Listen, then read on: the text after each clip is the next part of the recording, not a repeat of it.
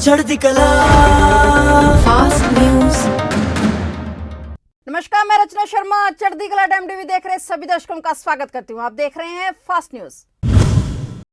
UP विधानसभा चुनाव 2022 के पहले चरण का मतदान आज सुबह 7 बजे से जारी है। राज्य के 11 जिलों की 58 विधानसभा सीटों पर मतदान हो रहा है, जिसमें ज्यादातर सीटें पश्चिमी उत्तर प्रदेश की हैं। पहले चरण में 623 प्रत्याशियों की किस्मत का फैसला होगा। शाम को 6 बजे मतदान थम जाएगा और उम्मीदवारों की किस्मत ईवीएम में कैद हो जाएगी। चुनाव के लिए सत्तारूढ़ बीजेपी से लेकर समाजवादी पार्टी, कांग्रेस, बहुजन समाज पार्टी समेत तमाम राजनीतिक दलों ने प्रचार में अपना पूरा दमखम झोंका है। अब फैसला जनता के हाथ में है कि वो किसे सत्ता में देखना चाहती है।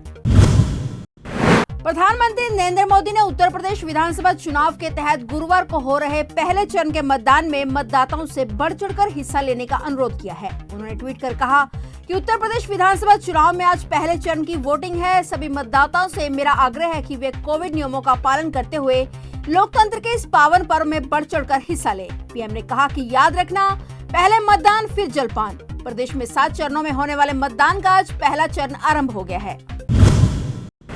यूपी के 11 जिलों के 58 विधानसभा सीटों पर जारी मतदान के चलते प्रदेश के मंत्रियों द्वारा वोटिंग करने का सिलसिला भी लगातार जारी है। शामली में उत्तर प्रदेश के गन्ना मंत्री सुरेश राणा अपनी पत्नी के साथ वोट करने पहुंचे। वहीं बागपत जनपद के अंतर्गत आने वाली विधानसभा की 3 विधानसभा सीटों के लिए भी मतदान हो रहा है। छपरौली, बागपत और बड़ौद के 1047 बूथों पर सुबह 7 बजे से शाम 6 बजे तक मतदान होगा।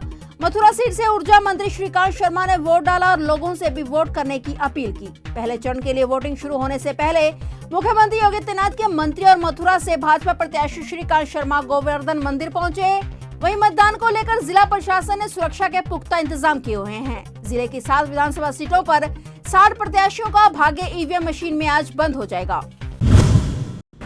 गोवा विधानसभा चुनाव में आम आदमी पार्टी भी इस बार चुनाव लड़ रही है। इस बीच चुनाव से पहले दिल्ली के मुख्यमंत्री और आम आदमी पार्टी के संयोजक अरविंद केजरीवाल 2 दिन का गोवा दौरा करने जा रहे हैं। वे 10 फरवरी और 11 फरवरी को गोवा में रहेंगे। दिल्ली के मुख्यमंत्री और आम आदमी पार्टी के संयोजक अरविंद केजरीवाल की पत्नी सुनीता केजरीवाल और उनकी बेटी हर्षिता केजरीवाल 11 फरवरी को पंजाब आएंगी। वे पंजाब में आप के सीएम पद के उम्मीदवार भगवंत मान की धुरी में आयोजित जनसभा में शामिल होंगी। आम आदमी पार्टी के अनुसार दोनों पंजाब चुनाव में प्रचार अभियान का हिस्सा बनेगी।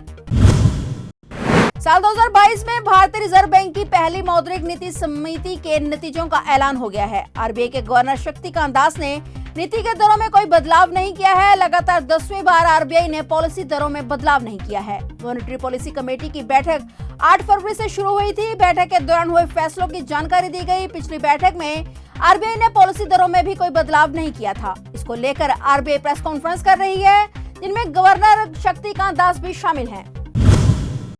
नागालैंड देश का पहला ऐसा राज्य बन गया है जहां विधानसभा में कोई विपक्ष नहीं है। बुधवार को नगा पीपुल्स फ्रंट विधायक वाईएम योलो कोनेक के कैबिनेट मंत्री के रूप में शपथ ग्रहण करते ही राज्य में सर्वदलीय सरकार बन गई। मुख्यमंत्री नेफ्यू रियो, उनके कैबिनेट सहयोगियों और यूनाइटेड डेमोक्रेटिक अलायंस के अध्यक्ष टीआर जलियांग शपथ ग्रहण समारोह में मौजूद थे। 5 महीने पहले राज्य के सत्ताधारी दल और सभी विपक्षी दलों ने साथ आकर भारत की पहली विपक्ष रहित सर्वदलीय सरकार बनाने की घोषणा की थी। उनका उद्देश्य नगा लोगों को केंद्रीय नगा संगठनों और कई अन्य समूहों के बीच आगे ले जाना है। नागालैंड में 25 विधायकों के साथ मुख्य विपक्षी पार्टी नगा पीपुल्स फ्रंट ने पिछले साल जुलाई में नेफ्यू रियो की अगुवाई वाली पीपुल्स डेमोक्रेटिक अलायंस सरकार में शामिल हो गई थी। इसका उद्देश्य एक समाधान, एक समझौता है।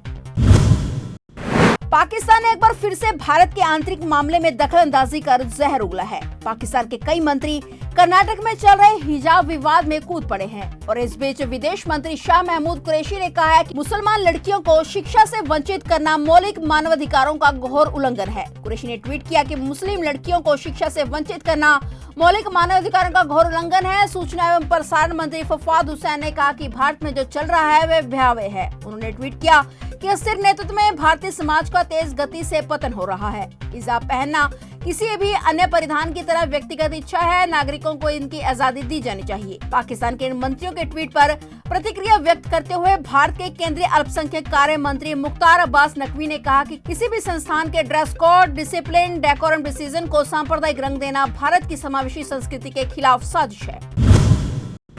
भारत में बुधवार के मुकाबले आज भी कोरोना के मामलों में गिरावट देखी गई। पिछले 24 घंटे में कोरोना के 67,084 नए मामले सामने आए, जिसके साथ ही कोरोना का आंकड़ा 4,24,78,060 हो गया है। इसके अलावा पिछले 24 घंटे में देश में 1,241 लोगों की कोरोना से मौत हुई है। वहीं अब कुल मौतों का आंकड़ा 5,06,520 हो गया है। राहत की बात यह है कि भारत में 1,60,882 लोगों ने 24 घंटे में कोरोना से निजात पाली है। इसी के क्रम में सक्रिय मामलों का अब ये आंकड़ा 7,90,799 हो गया है, जबकि दैनिक पॉजिटिविटी रेट 4.44% है।